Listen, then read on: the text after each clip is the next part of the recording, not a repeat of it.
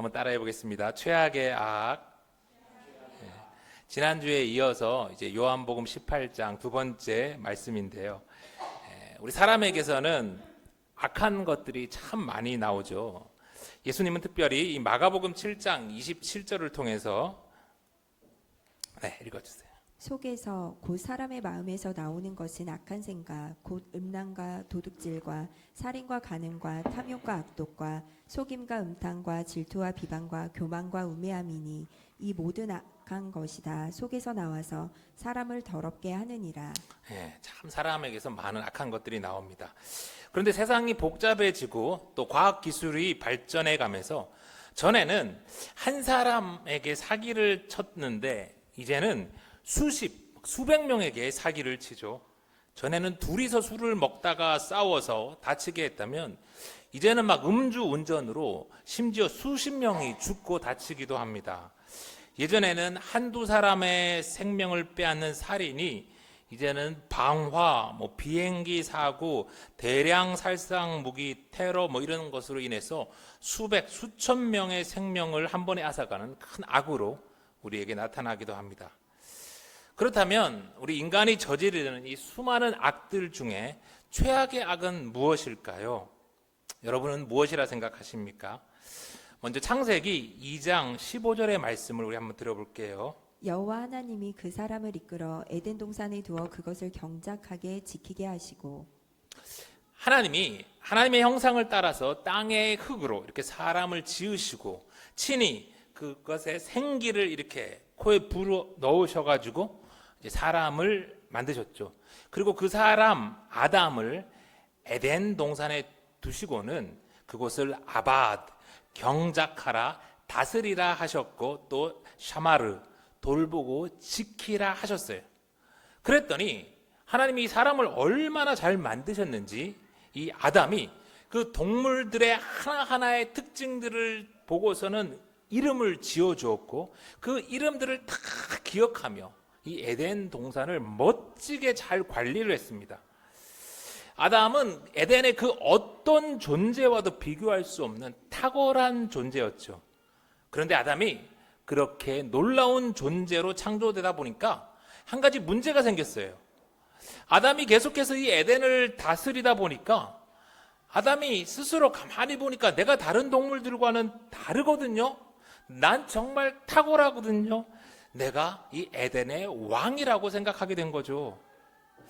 만약에 하나님이 이 아담을 그저 명령에 따라서 복종만 하는 로봇과 같이 그렇게 만들어서 에덴을 관리하게 하셨다면 하나님이 아담 때문에 골치 아플 일도 걱정할 일도 없었을 거예요. 그러나 하나님은 그렇게 아담을 만들지 않으셨고 또 그렇게 되기를 원하지 않으셨죠. 아담으로 인해서 곧 문제가 생기고 하나님이 그 고통을 다 감내해야 될 것을 알면서도 하나님은 아담을 스스로 생각하고 판단할 수 있는 하나님의 형상을 닮은 그런 대단한 존재로 만들었어요. 그리고는 그와 교제하고 사랑하기를 원하셨죠. 그래서 하나님은 놀랍도록 탁월한 이 아담에게 모든 것을 다 허락하되 딱 하나, 동산 중앙에 있는 나무의 열매는 먹지 말라 명령하셨어요. 하나님은 아담에게 금지함으로 왕 같은 이 아담조차도 할 수 없는 게 있음을, 해서는 안 되는 게 있음을 알게 하셨던 거예요. 그리고 아담이 이 동산 중앙에 있는 나무를 볼 때마다 나 또한 피조물이며 내 위에는 창조주 하나님이 계심을 기억하게 하셨어요. 그런데 그만 이 아담과 하와는 그것을 먹으면 너희 눈이 밝아져 하나님과 같이 되고 선악을 알게 될 거라는 이 뱀의 유혹에 넘어가서 그만 열매를 먹어버리고 하나님의 명령을 어기죠. 그건 그저 사람이 과일 하나 먹은 게 아니었어요. 스스로 선악을 규정하고 스스로 선악을 심판하는 하나님과 같이 되려고 한 피조물의 반역이었죠. 하나님이 친히 만드시고 생명을 불어 넣으신 너무나 사랑하는 아담과 하와였지만 하나님은 스스로 선악을 규정하고 심판하고 마침내 하나님과 같아지려는 그들을 더 이상 에덴 동산에 둘 수가 없었어요. 그래서 미리 말씀하신 대로 그들을 쫓아내셨고 결국 죽게 하셨죠. 이로 미루어 보건대 최악의 악은 바로 인간이 하나님처럼 자기가 선악을 규정하고 자기가 심판하고 하나님과 같이 되려는 거예요. 그리고 성경은 이를 교만이라고 하죠. 그런데 여러분, 누가 교만하기 쉬울까요? 힘 없는 자, 돈 없는 자가 교만하던가요? 에덴 동산에 있었던 아담처럼 다스리는 자, 힘 있는 자가 교만해지기가 참 쉬워요. 다스리다 보니까 그 힘을 행사하다 보니까 마치 자기가 하나님이 된 것처럼 스스로 선악을 규정하고 사람들을 심판하죠. 애굽의 바로가 그랬고 바벨론의 왕들이 그랬고 로마의 네로가 그랬고 또 히틀러가 그랬어요. 그리고 오늘 요한은 요한복음 18장에 그날 그 자리에도 그런 자들이 있었다고 말해요.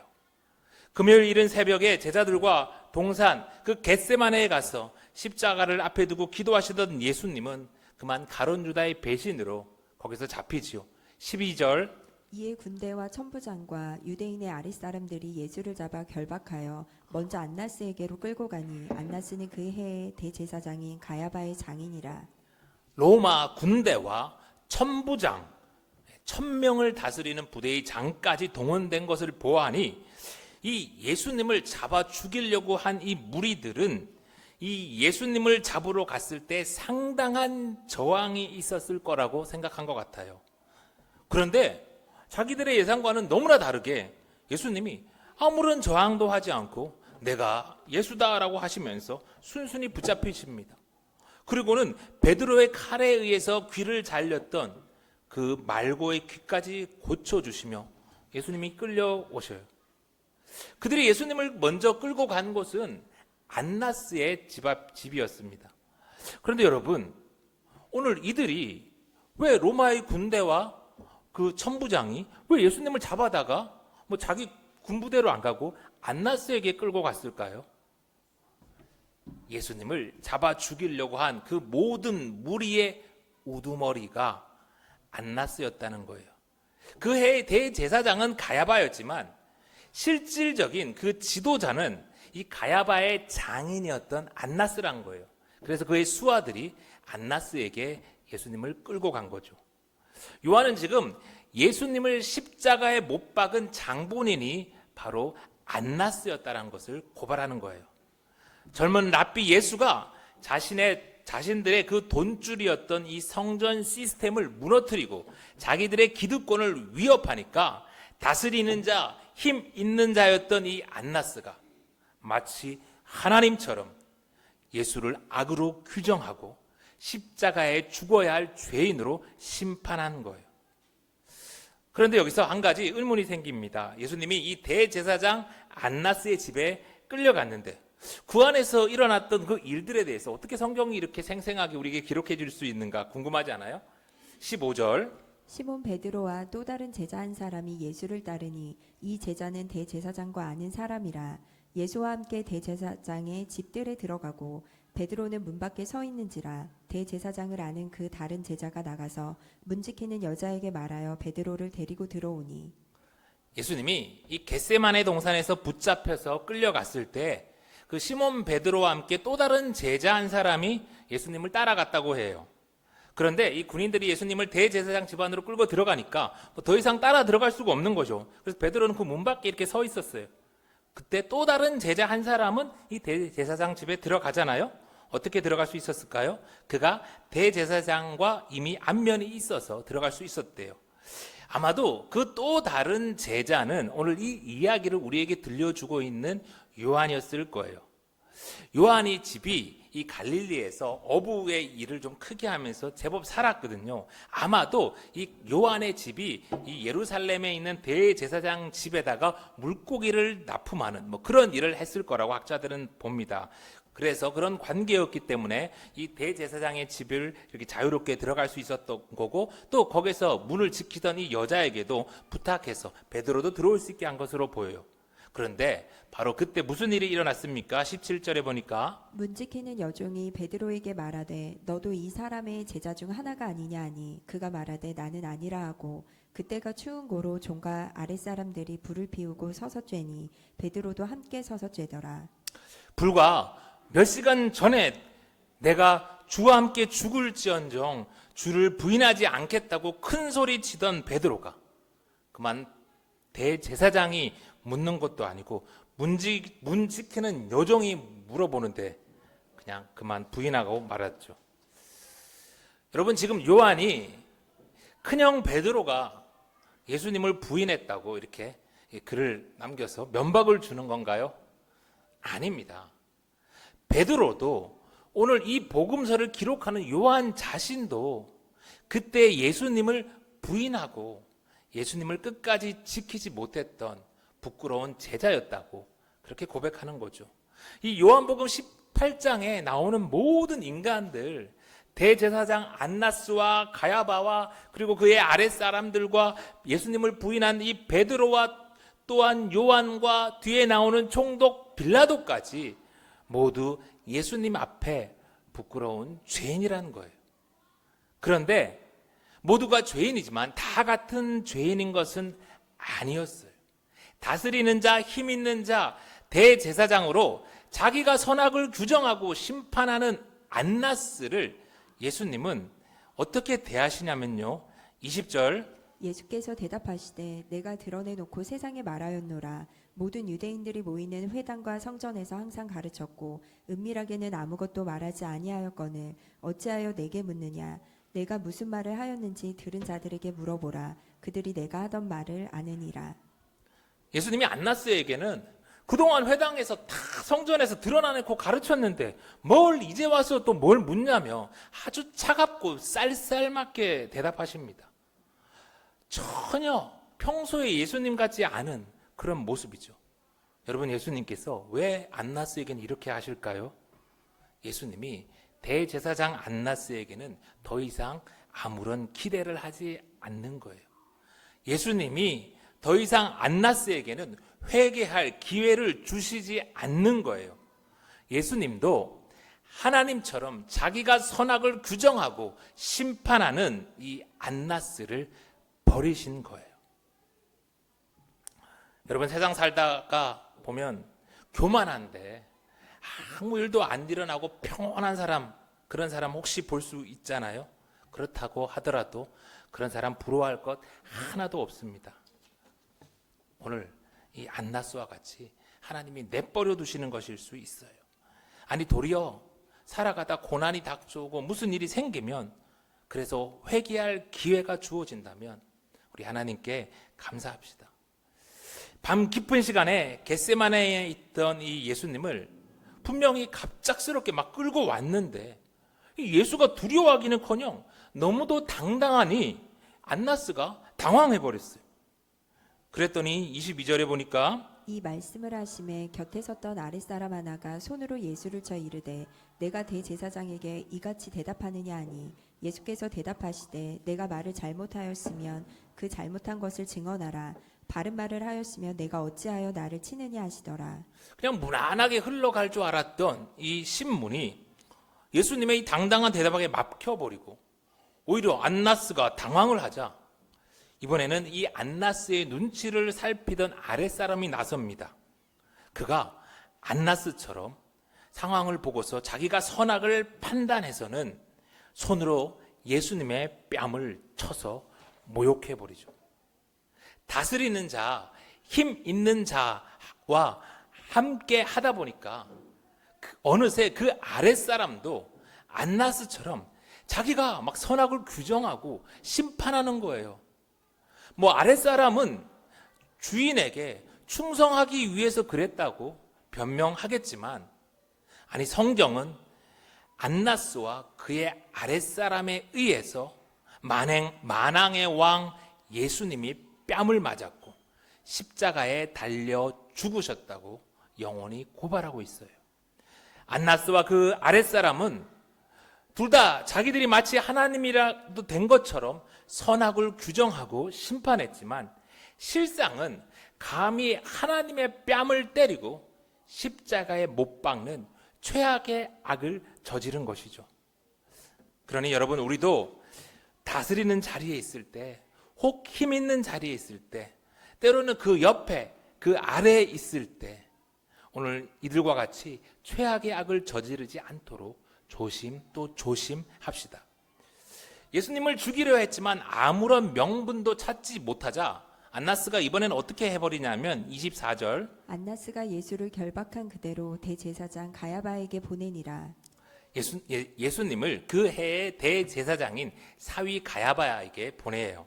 이 가야바는 또 어떤 사람이냐면 14절에 보니까 가야바는 유대인들에게서 한 사람이 백성을 위하여 죽는 것이 유익하다고 권고하던 자더라. 무슨 말이냐면 가야바는 예수님이 수많은 표적을 행하고 또 백성들이 예수님을 우르르 따르게 되니까 이게 로마가 다시 쳐들어와서 자신의 기득권들을 빼앗을 것을 두려워해서 이 종교 지도자들 앞에서 그냥 예수 저 한 사람을 죽여버리자. 그러면 이것이 온 백성을 위해서, 우리를 위해서 유익하다고 그렇게 막 몰아갔던 장인 안나스와 하나도 다를 바 없는 나쁜 놈이었죠. 안나스에게 먼저 끌려갔던 예수님이 이제 자기한테 이렇게 오자 이번에는 가야바가 어떻게 하냐면 28절, 그들이 예수를 가야바에게서 관정으로 끌고 가니 새벽이라. 그들은 더럽힘을 받지 아니하고 유월절 잔치를 먹고자 하여 관정에 들어가지 아니하더라. 이미 장인 안나스를 고쳐온 이상 종교적으로는 이 예수를 죽일 수 없다고 판단한 가야바는 예수를 빌라도의 관정으로 이렇게 끌고 갑니다. 그런데 언제 끌고 갔냐고 하면 새벽. 이 새벽이라는 이 단어 프로이는요, 이 유대 시간으로 약 4경, 그러니까 오늘 시간으로는 새벽 3시에서 6시 사이를 말해요. 완전 해가 뜨기도 전에, 관청이 열리기도 아주 이른 시간이에요. 그 당시 사내들인 이 공회에는 밤에 소집될 수가 없었어요. 그리고 설령 소집되어도 이 구형이나 선고가 이루어지면 다음날 재심을 다시 열어야만 했어요. 그런데 가야바와 오늘 그 수하들은 이 산헤드린 공회도 열지 않고 자기들의 법도 지키지 않는 채 그저 어떻게든 이 예수를 죽이려고 그 이른 새벽 총독 빌라도를 막 찾아간 거예요. 그들이 그렇게 부지런히 이른 새벽에 빌라도를 찾아가서는 또 어떻게 했습니까? 유월절 잔치를 먹기 위해서 관정에는 들어가지 않았대요. 무슨 말이냐면 이 이방인 총독의 관정에 들어가면 자신들이 부정하게 되어서 곧 다가오는 유월절 잔치에 참석할 수 없으니 자기들은 안 들어가고 죄인으로 이 예수만 보냈다는 것이죠. 이 예수를 죽이기 위해서는 물불을 가리지 않으면서 유월절 잔치는 참여하고자 하는 참 이중적인 모습이죠. 그런데 이 사실 이방인의 집에 들어가면 부정하게 되어서 이 유월절 잔치에 참여하지 못한다는 그런 율법은 없어요. 자기들이 멋대로 율법에 더한 거예요. 자기들 멋대로 막 율법을 조작하고 자기들 멋대로 선악을 규정하고 자기들은 법 위의 존재라는 것이죠. 그렇게 이른 새벽 유월절이라 많은 사람들이 모인 예루살렘에 폭동이라도 일어날까 두려워하는 그 빌라도를 찾아가서 그들은 예수님을 고발했죠. 30절, 대답하여 이르되 이 사람이 행악자가 아니었더라면 우리가 당신에게 넘기지 아니하였겠나이다. 예수 이름을 이야기하면 혹시라도 빌라도가 이 예수를 갈릴리에서 태어난 이 새로운 랍비인 줄 알아보고 랍비인데 무슨 폭동이야 이렇게 죽이지 않을까 봐 그들은 예수라는 이름은 숨긴 채 그저 이 사람이 행악자라고 고발합니다. 여러분, 예수님이 이 총독을 새벽에 급히 깨워야 할 만큼 중대하고 급한 군사적 행동을 감행했습니까? 아니면 유월절 그 사람들이 많이 모인 예루살렘에서 사람들을 선동해서 로마의 반역이라도 하자고 했나요? 아니잖아요. 예수님은 그러지 않았어요. 그리고 그러지 않았다는 사실을 가야바도 잘 알았어요. 그런데도 그들은 오직 예수님을 죽이기 위해서 예수님의 이름도 감춘 채 예수님을 반란을 일으킨 행악자로 규정하고 거짓으로 고발했어요. 그런데 오늘 성경은요, 도리어 그런 가야바와 그의 부하들을 영원히 고발합니다. 누구보다 율법을 잘 알고 누구보다 백성을 잘 돌봐야 할 대제사장과 종교 지도자들이 죄 없는 예수를 행악자로 규정하고 또 십자가에 못 박아 죽였다고, 최악의 악을 저질렀다고 영원히 고발해요. 여러분, 예수님이 부활하셨다는 소문이 퍼져나갔을 때 누가 가장 놀랐을까요?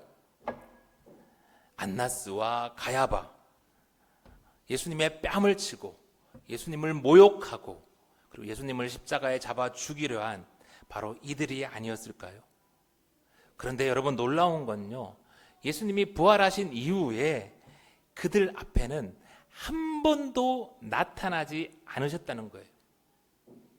예수님이 나타나셔가지고, 야, 내가 대제사장으로, 내가 종교 지도자로 어떻게 그렇게 할 수 있냐 꾸중하시며 나무라실 것도 같은데 예수님은 한 번도 그러지 않으셨어요. 왜요? 예수님은 대제사장 안나스를 차갑게 대하셨던 것처럼 그들 앞에 나타나지 않음으로써 그들이 부활하신 예수님을 보고 회개할 기회조차 갖지 못하게 하신 거예요. 그렇게 예수님은 그들을 심판하신 거예요. 여러분, 그때 거기에 또 누가 있었습니까? 25절부터 시몬 베드로가 서서 불을 쬐더니 사람들이 묻되 너도 그 제자 중 하나가 아니냐. 베드로가 부인하여 이르되 나는 아니라 하니 대제사장의 종 하나는 베드로에게 귀를 잘린 사람의 친척이라 이르되 내가 그 사람과 함께 동산에 있는 것을 내가 보지 아니하였느냐. 이에 베드로가 또 부인하니 곧 닭이 울더라. 베드로도 예수님을 잡으러 온 이 말고의 귀를 베어버리는 끔찍한 폭력을 저질렀어요. 예수님과 함께 죽을지언정 내가 따르겠다고 그렇게 큰 소리 뻥뻥 쳐놓고 한 번도 아니고 무려 3번이나 예수님을 부인하고 심지어 저주했어요. 베드로 역시 참 못난 죄인이었죠. 그럼에도 부활하신 예수님은 베드로에게는 나타나셨어요. 베드로를 찾아오셨어요. 그리고는 베드로를 향해서는 한마디도 꾸짖지 않으시고 도리어 에이레네, 평안을 주셨죠. 여러분, 같은 죄인인데 어쩜 이렇게 달라요? 베드로도 잘못을 저질렀지만 베드로는 대제사장 안나스와 가야바처럼 자기가 선악을 막 규정짓고 심판하는 그런 하나님 노릇은 하지 않았어요. 그리고 자신의 잘못을 깨달았을 때 가룟 유다처럼 자기가 스스로를 심판하고 벌 주지 않았어요. 대신 베드로는 회개했어요. 그리고 예수님께서 보내주신 성령님을 기꺼이 맞이했죠. 죄인인 우리도 마찬가지라고 오늘 성경은 말하는 거예요. 잘못을 저지를 수 있지만 베드로처럼 회개하고 성령님을 받아들이면 된다는 것이지요. 대제사장 앞도 아니고 요종 앞에서 예수님을 3번이나 부인했던 그 못난 죄인 베드로였지만 그가 회개하고 성령 충만하니 어떻게 변했습니까? 성전 미문에 나면서부터 걷지 못하던 그 장애인을 고치고 베드로가 복음을 전할 때 남자만 5,000명이 회개하고 예수님을 믿게 되었잖아요. 그랬더니 이번에도 대제사장이 안나스와 가야바가 예수님 때처럼 이 종교 지도자들과 무리를 막 동원해서 베드로와 요한을 잡아왔습니다. 그리고 겁박합니다. 그런데 이번에는 어떻게 되었습니까? 사도행전 4장 19절. 베드로와 요한이 대답하여 이르되 하나님 앞에서 너희의 말을 듣는 것이 하나님의 말씀을 듣는 것보다 옳은가 판단하라. 우리는 보고 들은 것을 말하지 아니할 수 없다 하니 관리들이 백성들 때문에 그들을 어떻게 처벌할지 방법을 찾지 못하고 다시 위협하여 놓아주었으니 이는 모든 사람이 그 된 일을 보고 하나님께 영광을 돌림이라. 예수님은 십자가에서 하나님의 계획을 이루시기 위해 안나스와 가야바 앞에서 도살장에 끌려가는 어린 양처럼 계셨지만 예수님의 부활 이후 베드로와 요한은 완전히 달라졌습니다. 담대히 포효하는 사자처럼 악한 무리를 향하여 거침없이 선포하고 그런 베드로와 요한을 보고 사람들은 하나님께 영광을 돌립니다. 이제 말씀을 마칩니다. 험한 세상 살아가다 보면 우리 속에서도 음란과 도둑질과 간음과 탐욕과 악독과 속임과 음탕과 질투와 비방과 우매함이 나올 수 있어요. 그러나 여러분, 최악의 악, 자기가 선악을 규정짓고 심판하고 하나님처럼 행하는 그 악만은 저질러서는 안 됩니다.